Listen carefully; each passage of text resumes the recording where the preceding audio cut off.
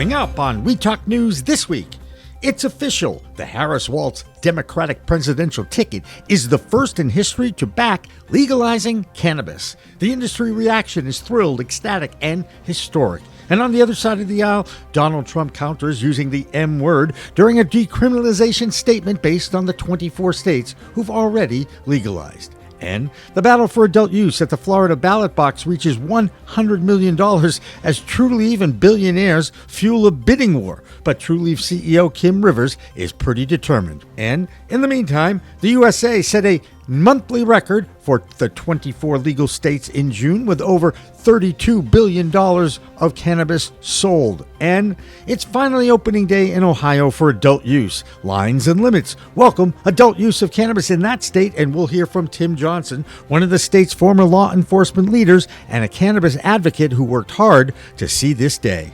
I got to give kudos and a shout out to everybody, as I said, from the activists to the legislator to the creators, the voters, the 2.2 million, everybody played a part in this. Plus, the Boston Globe newspaper writes a scathing, realistic portrayal about the chaotic Cannabis Control Commission in Massachusetts. That group continues to lose control of the process and regulations in the Bay State and create the wrong kind of headlines for a new industry. All that and coast-to-coast cannabis news on We Talk News with Alaina Pinto. Next.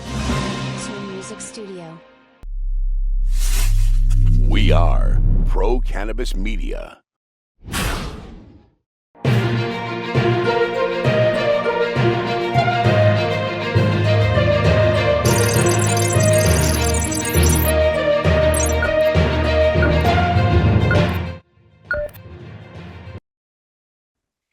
Hi, everyone. Welcome to We Talk News, Pro-Cannabis Media's weekly roundup of cannabis news from coast to coast.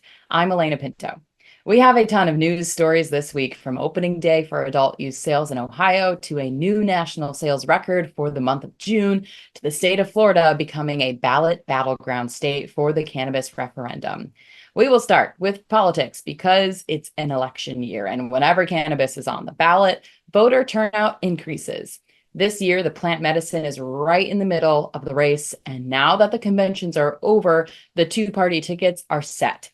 The Democrats have Vice President Kamala Harris and Minnesota Governor Tim Walz.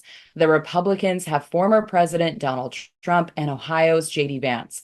Robert F. Kennedy Jr. is running as an independent. With 90-odd days to go before the election in November, both political conventions are over, and there is a distinct difference between the two platforms and political parties as far as cannabis is concerned. Legalization is now part of the Democrats' agenda, while the Republican Party's platform makes no mention of cannabis. Their candidate, though, does call for decriminalization of marijuana because there are already 24 states with legal adult use programs. This week, Vice President Kamala Harris named Minnesota Governor Tim Walz to be her running mate.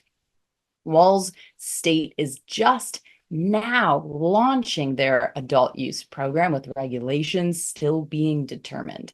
When it comes to the political nation of cannabis, we turn to our man in Washington, D.C., Andrew Behringer. I'm Andrew Behringer, and this is the D.C. Area Report for We Talk News. As the 2024 presidential election looms, the future of cannabis policy, including the ongoing rescheduling process, hangs in the balance.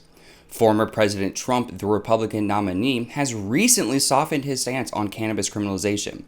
Trump now acknowledges the widespread legalization across states, saying he's starting to agree a lot more that people shouldn't be jailed for cannabis use. He's even promised a statement on Florida's upcoming legalization measure, which he'll hopefully have a chance to vote on as a resident. This shift represents a departure from Trump's recent anti-drug rhetoric as president. During his presidency, Trump largely maintained a state-level approach to cannabis laws and even criticized his own attorney general for rescinding Obama-era enforcement guidance. However, Trump's record is mixed. While he issued pardons for cannabis-related offenses, including to Alice Johnson, he also reserved the right to interfere with state medical cannabis programs. Trump has also attacked Vice President Harris's prosecutional record on cannabis, implying disagreement with criminalization. Meanwhile, the Biden administration has highlighted its mass cannabis pardons and rescheduling push.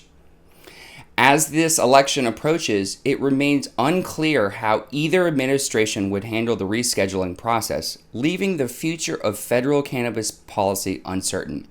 Make sure to tune in next week for future updates. I'm Andrew Behringer reporting for We Talk News. His running mate, J.D. Vance, is no fan of cannabis, even though he represents Ohio, a now legal adult use state. Vance's history has been to vote against safe banking, believe it leads to violence and an increase in impaired driving, despite evidence refuting that. Plus, he's been quoted as saying, "It smells bad." His state certainly didn't care about that, though. On Tuesday of last week, when adult use sales began in Ohio, 98 of the 134 medical dispensaries were given commence operations notices to open, and there were ribbon cuttings, lines, and pricing and supply issues. Still, it's the beginning of what many are predicting to be a $1.6 billion state in 18 months. PCM founder Jimmy Young talked to Tim Johnson from an Ohio organization called Cannabis Safety First. He's a retired 35-year-old law enforcement officer, a veteran from the US Air Force and longtime lobbyist for the cause in that state. Tim was proud of the historic day, but expected more. Kudos to Ohio. I got to give kudos and a shout out to everybody. As I said, from the activists to the legislator to the creators, the voters, the 2.2 million, everybody played a part in this. It's not a one-sided event. I don't think the expectations that we were hoping were met. It was far from when we opened the doors the first day for medical. We literally had lines that you had to wait 2 to 3 hours in. We had hundreds of people in line for our medical program. And this went on for a few weeks, if not a few months, every day at the dispensaries.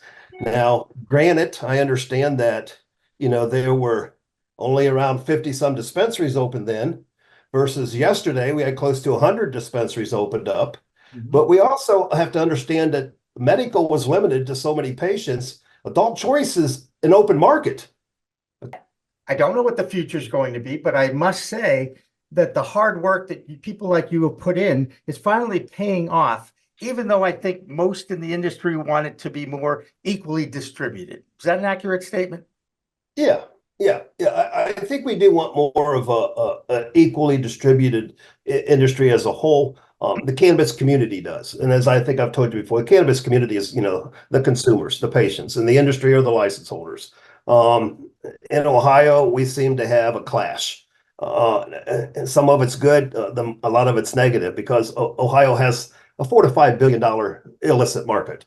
We know that. Those come from law enforcement, and it's been like figures. I've known those figures for 25, 30 years. And those are, arbitrary, guesstimated figures or whatever, but it's through the work that law enforcement, does, all agencies and so forth. We look at we're legalizing it now. Last year in 23, we did $480 million in Ohio, and we jump for joy, like, wow, that's what we did in our medical. Think what we're going to do in our adult. Well, what we did in our adult last year was $700 million in Michigan.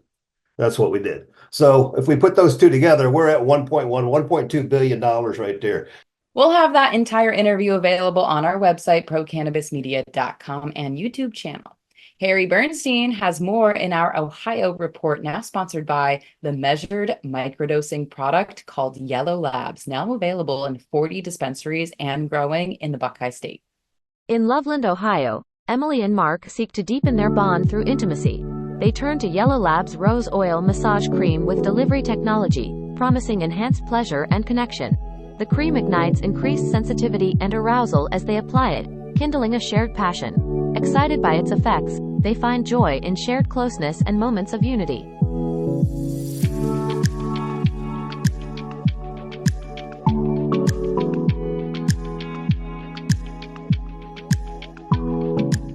This is Harry Bernstein with Verde Compliance Partners and the Ohio Cannabis Report for We Talk News. Ohio's opening day for adult use cannabis sales was a notable success, with adults finally able to purchase products at nearly 100 dispensaries across the state. The launch marks a significant milestone in Ohio's cannabis industry as the state looks forward to the next steps in expanding the market. The state plans to award additional licenses to qualified businesses with the goal of issuing up to approximately 300 licenses as set forth in the statute. Notably, 50 of these licenses will prioritize individuals who have been negatively impacted by the failed war on drugs, offering them an opportunity to participate in the emerging market. Looking ahead, there are several issues on the horizon for the Ohio cannabis industry. One major question is how the state will regulate hemp-derived products, which remain a gray area in terms of legal oversight. Additionally, there is an ongoing discussion in the legislature about potential amendments to Ohio's current adult use law, which could bring further changes or possibly challenges to the market and its regulation. That's the Ohio Cannabis Report for this week. I'm Harry Bernstein with Verde Compliance Partners, reporting for Weed Talk News. The Ohio Cannabis Report is supported by Yellow Labs and BetterWaysToTHC.com. Search for Yellow Labs near me and find one of 40 dispensaries in Ohio carrying these amazing mists and creams. The United States set a one-month sales record in June with $32 billion sold, according to LeafLink. While California retains the title as the largest cannabis market sales, the scales could be starting to tip towards the East Coast. The tri-state area of New York, New Jersey, and Connecticut are starting to roll out their adult use markets. More and more dispensaries are coming online. New York now has 144, New Jersey just over 120, and Connecticut only has 31. But all of those markets are expected to add close to 5,000 stores over the next 2 years. This development is coinciding with the Empire State's lockdown on illegal operations. Of course, there is still some inconsistencies with the issuing of licenses to social equity applicants in all states. That includes the number one state, California, who continues to struggle with trying to do the right thing, but sometimes with the wrong result. Here's our new California correspondent, Lisa Battista, with more from the Golden State. I'm Lisa Battista from the Flavor Co. with the California Cannabis Report for Weed Talk News. The drama this week was around social equity programs.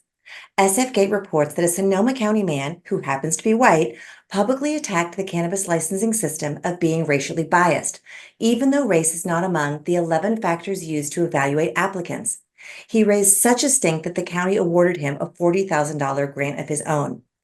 Outside of this specific case, there are other questions about how well the system has been choosing applicants who actually fit the criteria. Also, according to the Green Market Report, a Los Angeles County watchdog agency is expressing serious concerns about social equity programs.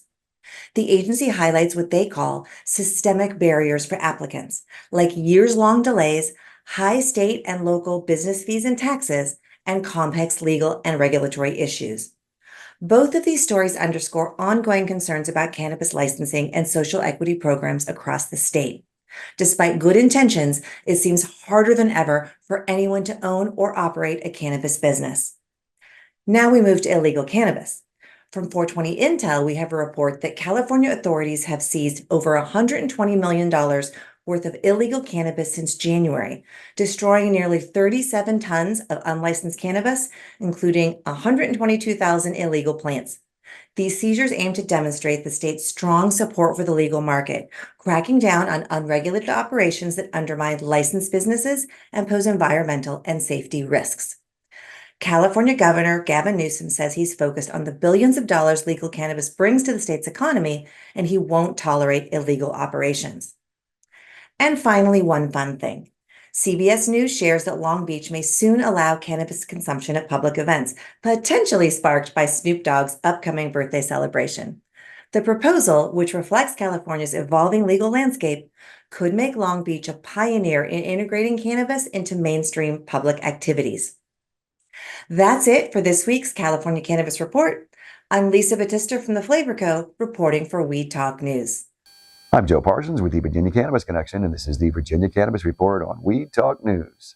Former governor and sitting Democratic senator from Virginia, Tim Kaine, has always been a champion for cannabis reform and legalization. Senator Kaine is a co-sponsor for the Secure and Fair Enforcement Regulation, Safer Banking Act, led by Chuck Schumer, and has been a driving force behind the potential move of cannabis to Schedule III. Senator Kaine has recently said in an interview that he would like to see cannabis move from Schedule III by the end of the year, an ambitious goal to say the least. However, he is up for re-election this year, and now there's a renewed vigor in the cannabis movement with the addition of Governor Walz on the Democratic ticket. He signed adult use into law in Minnesota in May of 2023. Vice President Harris and Governor Walz are both pro-cannabis, and with the continued support from leaders like Virginia's own Tim Kaine, may make history and bring us one step closer to ending federal prohibition in America. In a follow-up from last week's Verano acquisition of the cannabis company, they released their Q2 financial and operating results on August 8th. Second quarter revenue was up by 2%. Wholesale revenue was up by 24%. With 82 active retail stores, including 11 in Virginia, they attribute these increases to the new restructuring model. In Virginia, only one MSO operator can operate per HSA zone.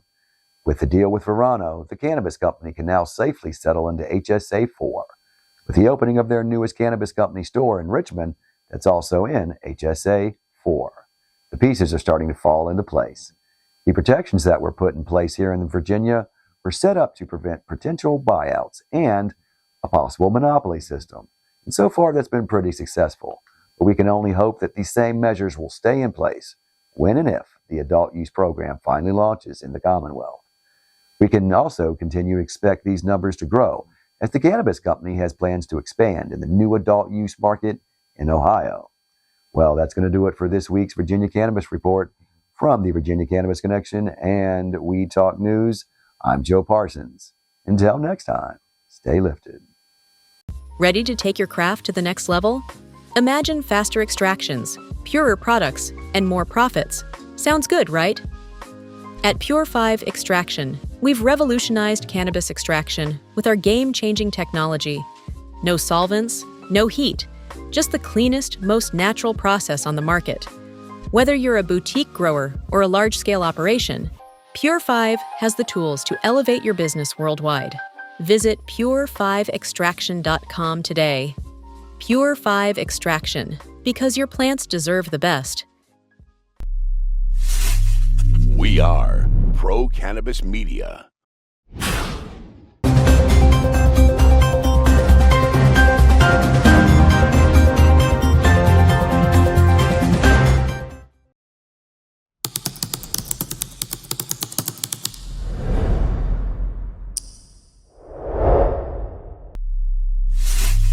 We are Pro Cannabis Media.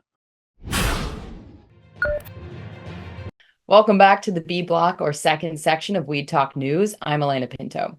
Every day on the calendar can be a special one. There's a national day for all sorts of things. This past week, August 8th, was National CBD Day. CBD, or cannabidiol, is one of the main cannabinoids in the cannabis sativa plant.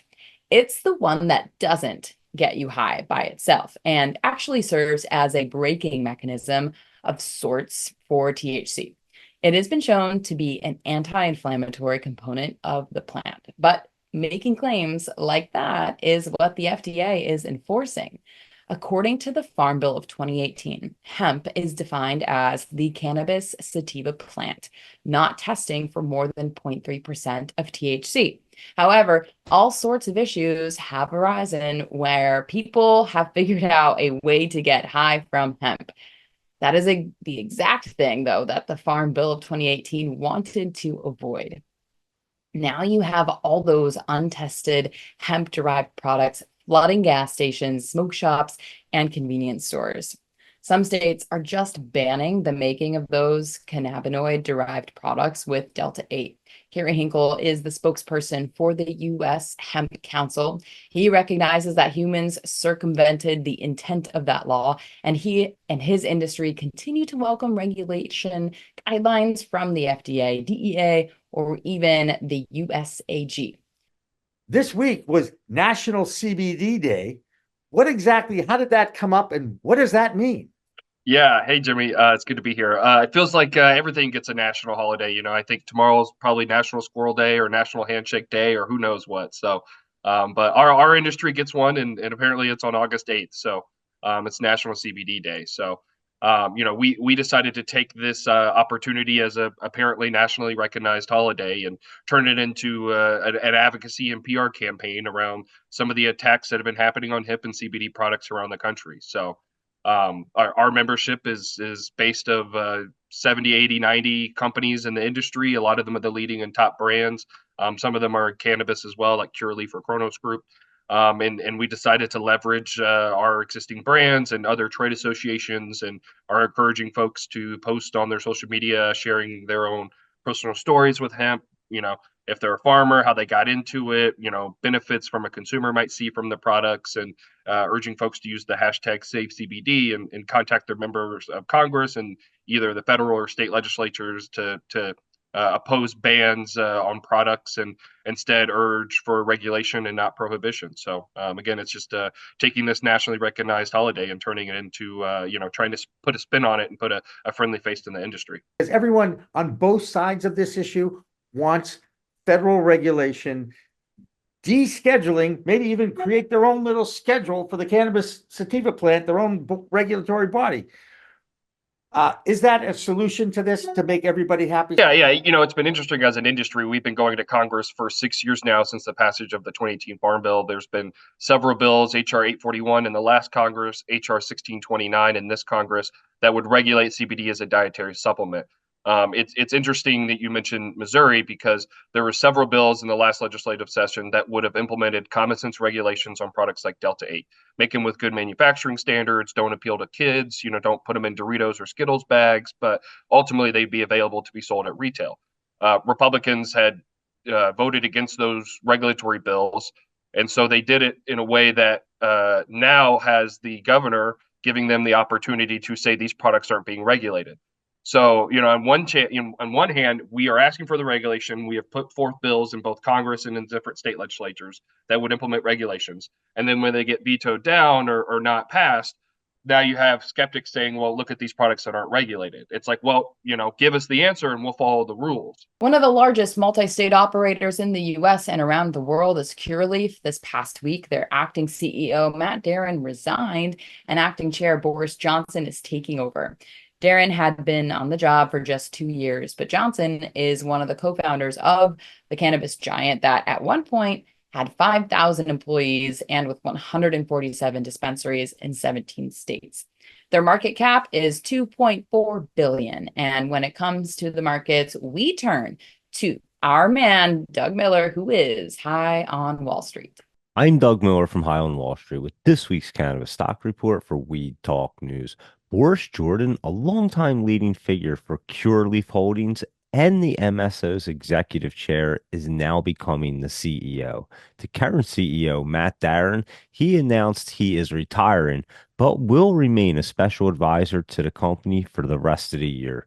Cureleaf reported second quarter losses of $49.8 million, with interest and real estate expenses wiping out $7.5 million.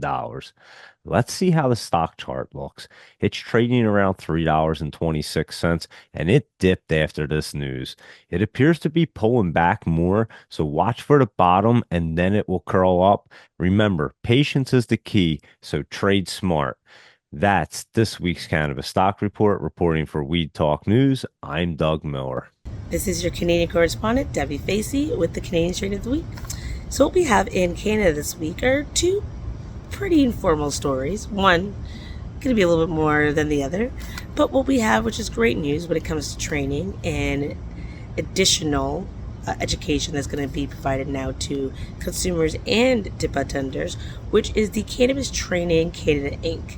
They had finally gotten the go-ahead from the AGCO, which is the Alcohol and Gaming Commission, and they are the ones who initiate which and which not are going to be accredited and official certifications when it comes to anything such as alcohol, gambling, and now cannabis.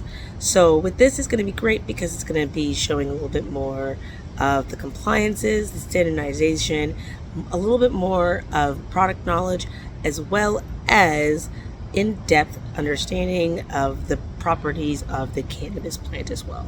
So this is something that I hope will benefit most of the bud tenders and consumers, but this is something we're going to have to see once the program starts and the stats start coming out. And for our second story, it is a story that I spoke about 2 weeks ago, which was a seizure. And the seizure happened in Windsor.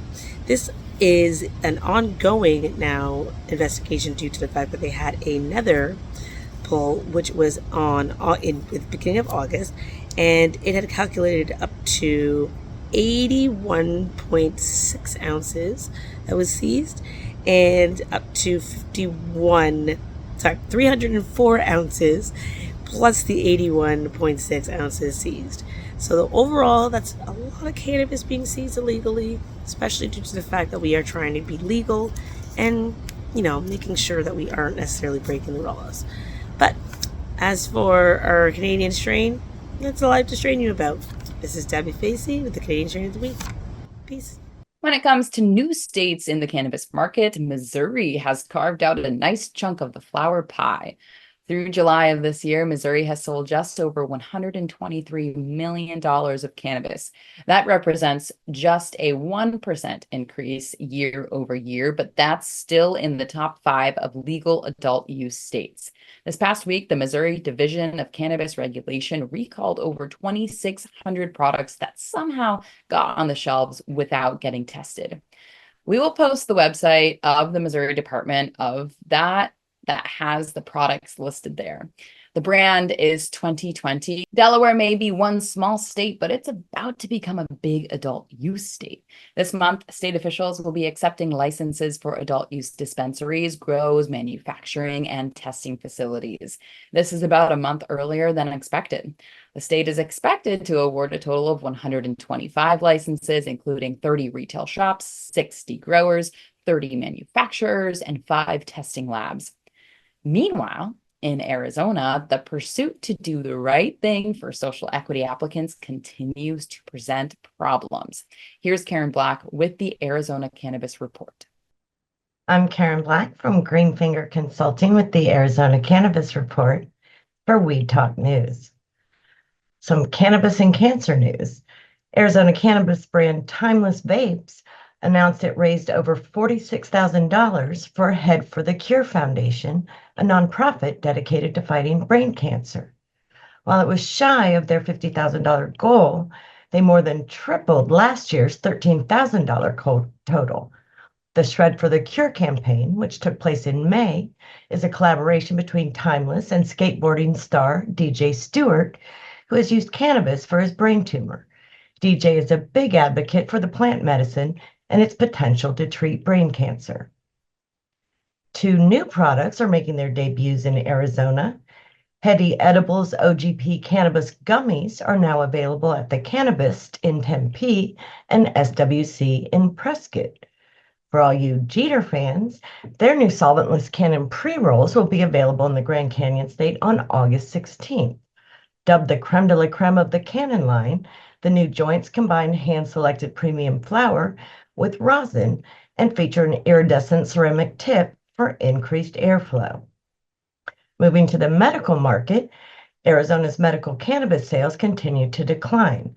July sales were lower than June's, coming in at just under 4,300 total pounds of products sold. Much of Arizona slows down in the summer, with the snowbirds and students gone and residents going elsewhere to escape the heat, so I'm not reading too much into the numbers. There were 1,953 new applications for medical cards in July and about 2,700 renewal applications. That's all for the Arizona Cannabis Report. I'm Karen Black from Greenfinger Consulting reporting for Weed Talk News. When it comes to dysfunctional cannabis regulatory boards, there are quite a few examples for the fledgling industry. New York always seems to get the most attention. After all, it is the #1 media market in the world. Now the Office of Cannabis Management in New York is getting more backlash after the governor, Kathy Hochul, requested more licenses in a variety of neighborhoods, and they are considering softening the buffering rule of 1,000 feet between licensed dispensaries. That change is now open for public comment, and in New York, they always have a comment about something. That's not, though, the only cannabis board that has a legislative body looking over its shoulder. The same can be said for Massachusetts, where this week the Boston Globe newspaper ripped the Massachusetts Cannabis Commission for all sorts of things, and none of them good. The newspaper shared the challenges of people barely surviving in the industry and why the commission has been described as chaotic. Of course, having your executive director resign at the end of last year following the suspension of the commission chair, Shannon O'Brien, and the subsequent lawsuit against state treasurer Deborah Goldberg. No such issues in Nevada. Here's Tina Tasaka. I'm Tina Tasaka with 420 Technologies, and this is the Nevada Report for Weed Talk News. I've previously reported on the Diamond Shrooms brand 3 weeks ago. The U.S. Food and Drug Administration, FDA, has issued a recall for all flavors of the Diamond Shrooms brand, which includes chocolate bars, infused cones, and extreme gummies.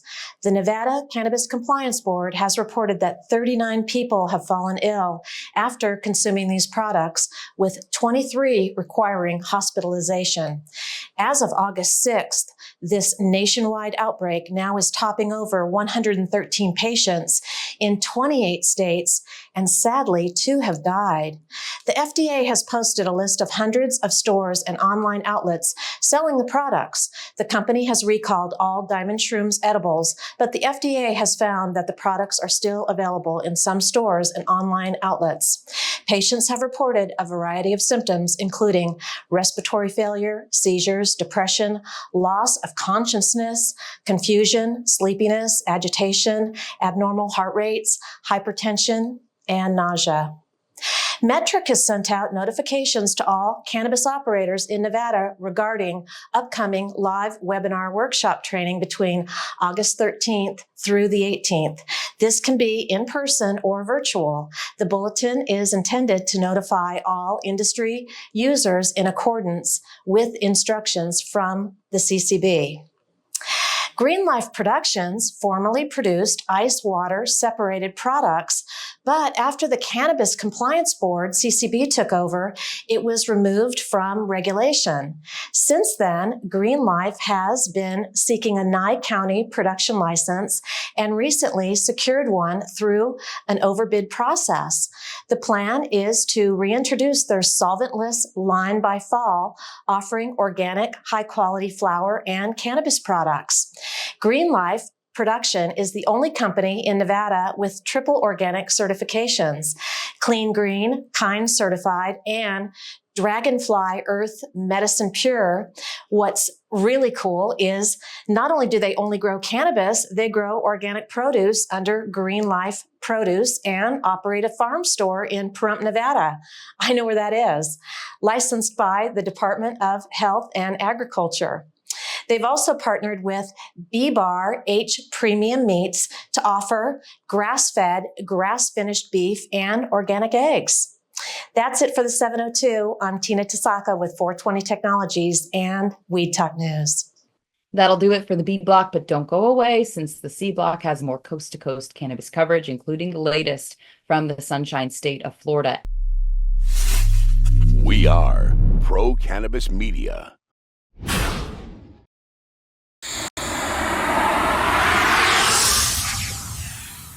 It's a whole new world of weed out there, isn't it? Everyone is learning new ways to titrate, ingest, consume, imbibe, and engage with this plant medicine we call cannabis. Now, let me tell you my cannabis story. You know, I've had 4 major surgeries in the past 23 years and suffer from osteoarthritis with a variety of metal parts in my body and one on deck. Now, thanks to those chronic pain issues, I've been a medical patient in Massachusetts for almost 10 years now. I remember my first trip to a dispensary just outside of Boston, and I told the bud tender I didn't want to smoke it anymore. So I tried edibles, then tinctures, then vaping, and now if I'm going to smoke, I only use the Weedgets filtration system. What?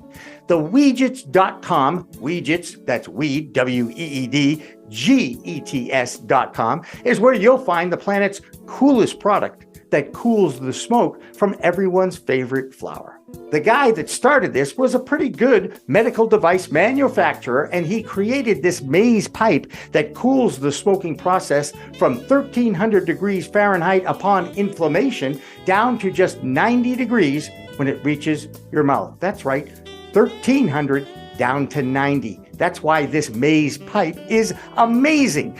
Now, add in the code of PCMTV and you get 15% off. So just go to Weejits.com and check out the best way to enjoy a cooler smoke with less coughing and hacking and more peace of mind.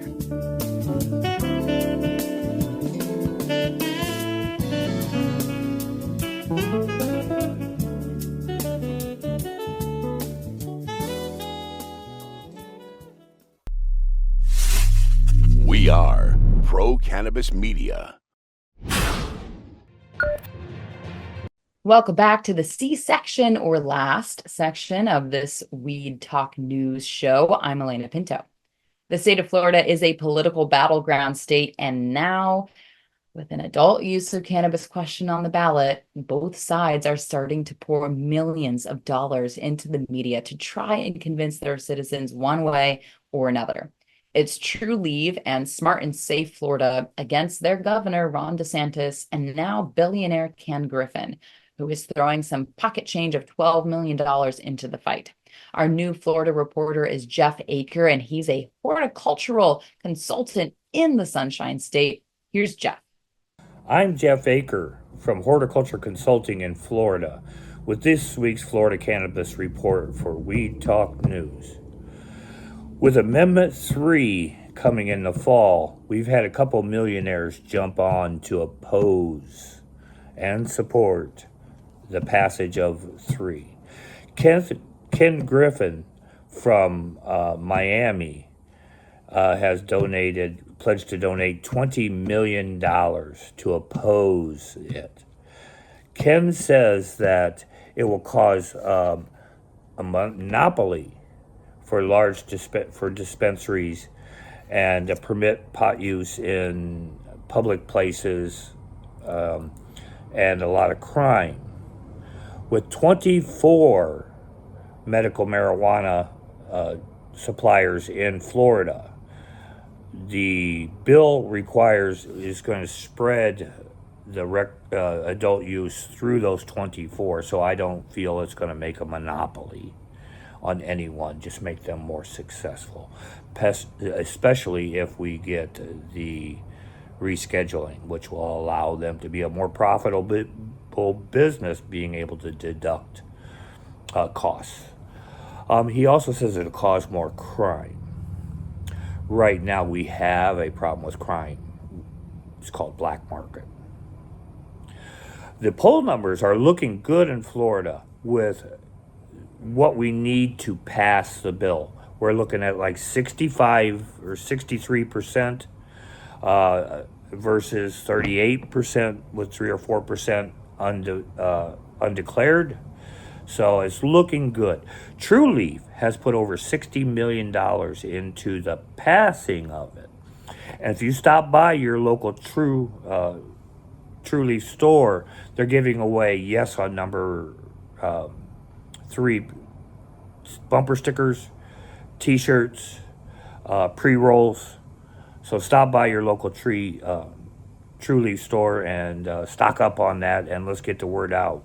There's going to be a lot of this way and that way coming with all this money that's being thrown this way and that way. Our governor, Ron DeSantis, has said he is going to veto it. He does not like it. He does not want his state, quote, to smell like cannabis. Well, he says marijuana, but smell like cannabis. We have 886,000 medical patients in Florida. Florida is a great market for cannabis. It will generate like $9 billion in sales tax funds. There's a lot of fireworks going on in Florida on this Amendment 3. So come back, I'll give you more. Again, I'm Jeff Aker. Now let's go from Florida and head to the West Coast to hear what's going on in Washington and Oregon. Here's Matthew Friedlander in Washington State and Marianne Cursetjee for Oregon. Hi, I'm Matthew Friedlander, coming to you from the owner's office here at Skagit Organics with the Washington State Cannabis Report for Weed Talk News. So we are a little slow on the legislative and regulatory front again this week, but it is summertime and we are in the cannabis industry. So let's have a little fun and talk about some events that are happening here in Washington. Two events are business related. These are networking events for our retailers and our producer processors or manufacturers. Think about like speed dating for business. So Interchange will be happening next week, the 13th and 14th in Spokane. Find out more information about that event if you want at interchangemv.com. And the safety meeting hosted by the Cannabis Professionals Network will be down in Linwood on the 27th and the 28th. You can find more info about that group at cpnpromotions.com. And then Zaz is hosting a adult summer camp at Deception Pass on Bowman Bay here in Washington. A beautiful area. Highly recommend checking that out if you have never been there before and are looking to make a trip somewhere. You can find more info about that at livewellnessretreats.com, LIV wellnessretreats.com. And then on the 24th of August, the Bakerman's Collective is hosting their 5th annual Baked and Blessed event. So this is a great just community gathering event. This will be happening down in Seattle. You can find their event on Event High online. Baked and Blessed 5 is what you're looking for there. So that's what we've got for you as far as cannabis events this month here in Washington. I'll be back next week with the report, but that's what I've got for you today. My name is Matthew, reporting for Weed Talk News. Don't forget to like, share, and subscribe. I'm Marianne from Alibi with this week's Oregon Cannabis Report for Weed Talk News. Last week, the IMET, Illegal Marijuana Enforcement Team, seized cannabis plants, cash, and weapons from a location in Josephine County. This property has a number of violations relating to waste disposal, unpermitted buildings, illegal water use, and cannabis production. A large amount of plastic was burned and buried, creating an environmental wasteland. These illegal operations are a blight on our fledgling industry and have no place in our beautiful state. Next, Oregon Senator Ron Wyden and 6 other senators have sent a letter strongly supporting the rescheduling of cannabis from Schedule 1 to Schedule 3. The letter outlines the benefits of rescheduling, including bolstering the industry and ending the war on drugs. The letter also states that, quote, cannabis should be entirely descheduled, end quote. Hopefully the DEA and the Attorney General hear this message and deschedule cannabis to remove the punitive 280E tax framework. And finally, it's wildfire season again, and a number of areas around the state are under mandatory evacuation. We're hoping that all of the people and animals safely escape these fires. That's the Oregon Cannabis Report for this week. I'm Marianne with Alibi for Weed Talk News. In Arkansas, the medical-only program is trying to expand, but needs more signatures to get the proposal on the fall ballot. Our man in Arkansas is the Shake Man, Kevin Shakir. Hey everybody, it is Kevin Shakir, aka the Shake Man, and I'm right here in, of course, the natural state, Arkansas, and I'm with one of the registrars here. This is Trevor Register, believe it or not. We have less than 30 days right now, Trevor? Yes, sir. Yes. So, Trevor, what actually, why are you doing this? So I've always been an advocate for medical marijuana, but the whole marijuana industry as a whole. So I wanted to be front and center, talking to people, hearing from them how they even feel about it. And I just wanted to be that representation for the community that you don't usually get to see on TV. Usually you see clouded people who can't make good judgment calls. I wanted to show people that there's people who use marijuana who are actually just as intelligent as that everyday person. So I wanted to be a representation for the community. Now, this is going to be on the vote for November, correct? Yes, sir. So we are trying to get it on the ballot. We're trying to meet a certain criteria of a number. So I think it's around about 14,000. Yes, short, sir. right? 14, and I'm pretty sure in 14 we can probably get done in 2 weeks. They're giving us about 3 more weeks of additional time. So it will be on the ballot. This isn't a for or against. That's why I tell everybody, you're not voting for this when you sign a petition. You're just voting to put this before the people, and that's what I want people to stress and pay more attention to. You know, I hear a lot about fentanyl and that type of situation.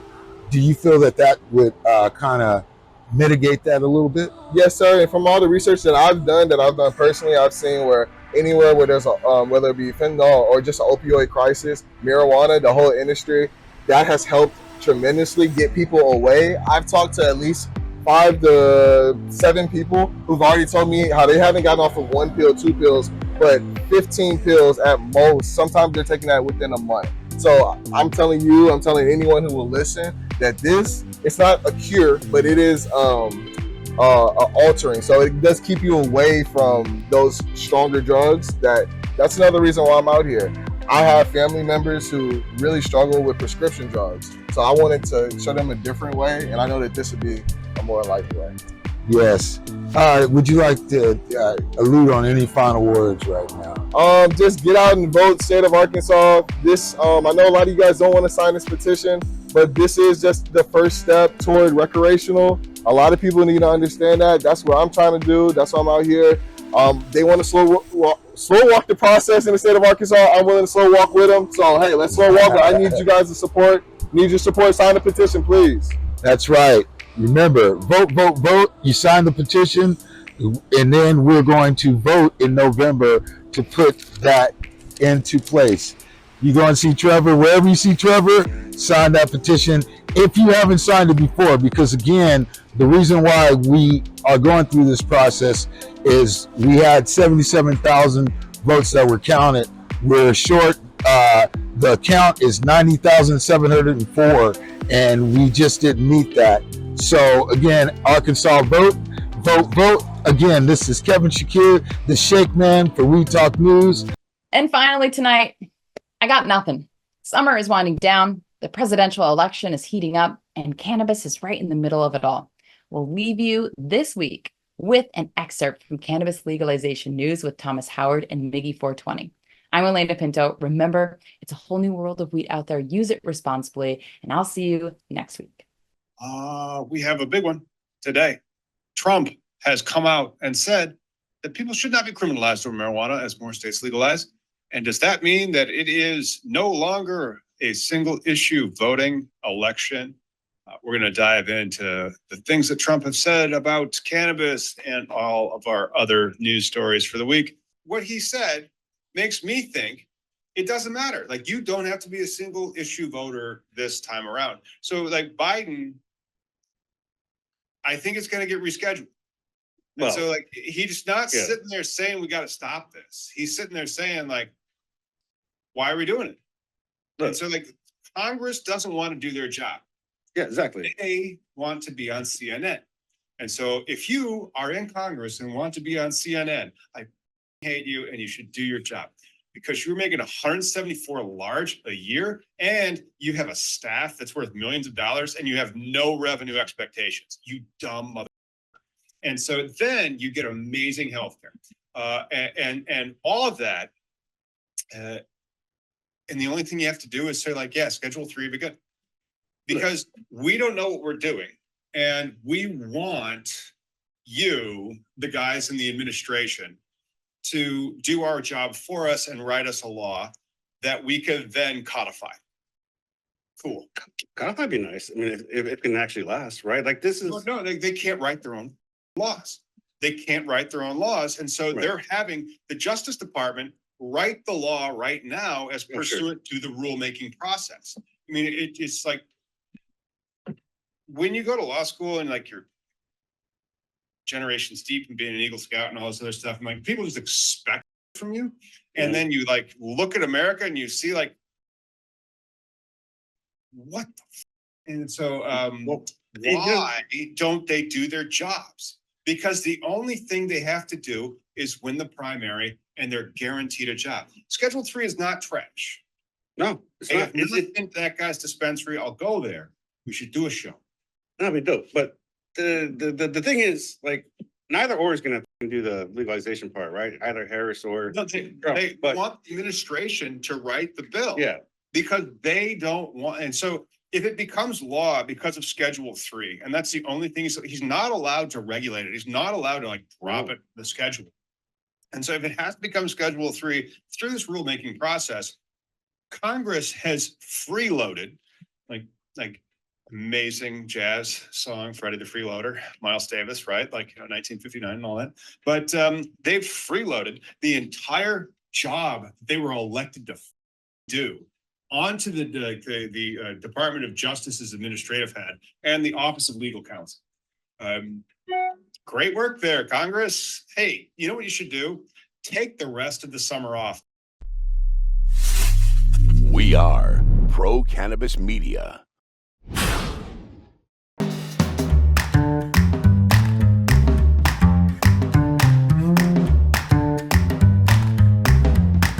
Yeah, it's a great question because cannabis is very exciting. It's almost like, mom and pop drugstores. You could start whatever you wanted. You could be pretty successful. And then there are the business people who see the revenue potential. And those are the ones that I think they are going to become the buyers going forward. And then smaller companies will be the sellers. And then there'll be another group of like, what the heck happened? And there'll probably be some craft survivors as well. But I think, the access to capital and business, this is becoming a mature business, just like craft beer or the car industry from, the 1910s to today. Yeah, I think Schedule 3 will have radical changes. I think we're going to see consolidation in the space independent of Schedule 3. Schedule 3 will influence the flavor of the consolidation, but it's going to happen no matter what. Will that open up more capital? It'll open up more capital, more access. One way or another, as the industry consolidates, they're going to have to get access to capital. The buyers will, and that's going to change the markets fundamentally.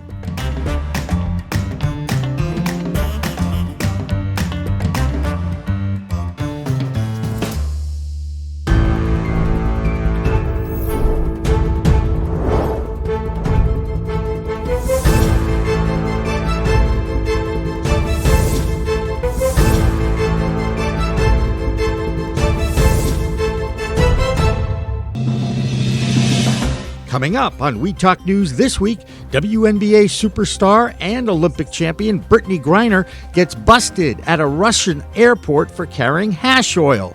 Hi, everyone. I'm Alaina Pinto, and this is Weed Talk News. Hey, everybody. It's Brandon Jones with Be Green Distribution with the Missouri Cannabis Report. I'm Karen Black from Greenfinger Consulting with the Arizona Cannabis Report. I'm Matthew Friedlander, coming to you from the owner's office here at Skagit Organics. I'm Amy Carter from Michigan Weedsters. My name's Tom. You can find me over at Cannabis Legalization News. I'm Jill Goldsberry with We Talk News New Jersey, and we are back. Andrew Behringer here reporting from Washington, D.C. Our Canadian correspondent with We Talk News, Debi Facey with the Canadian Toke of the Week.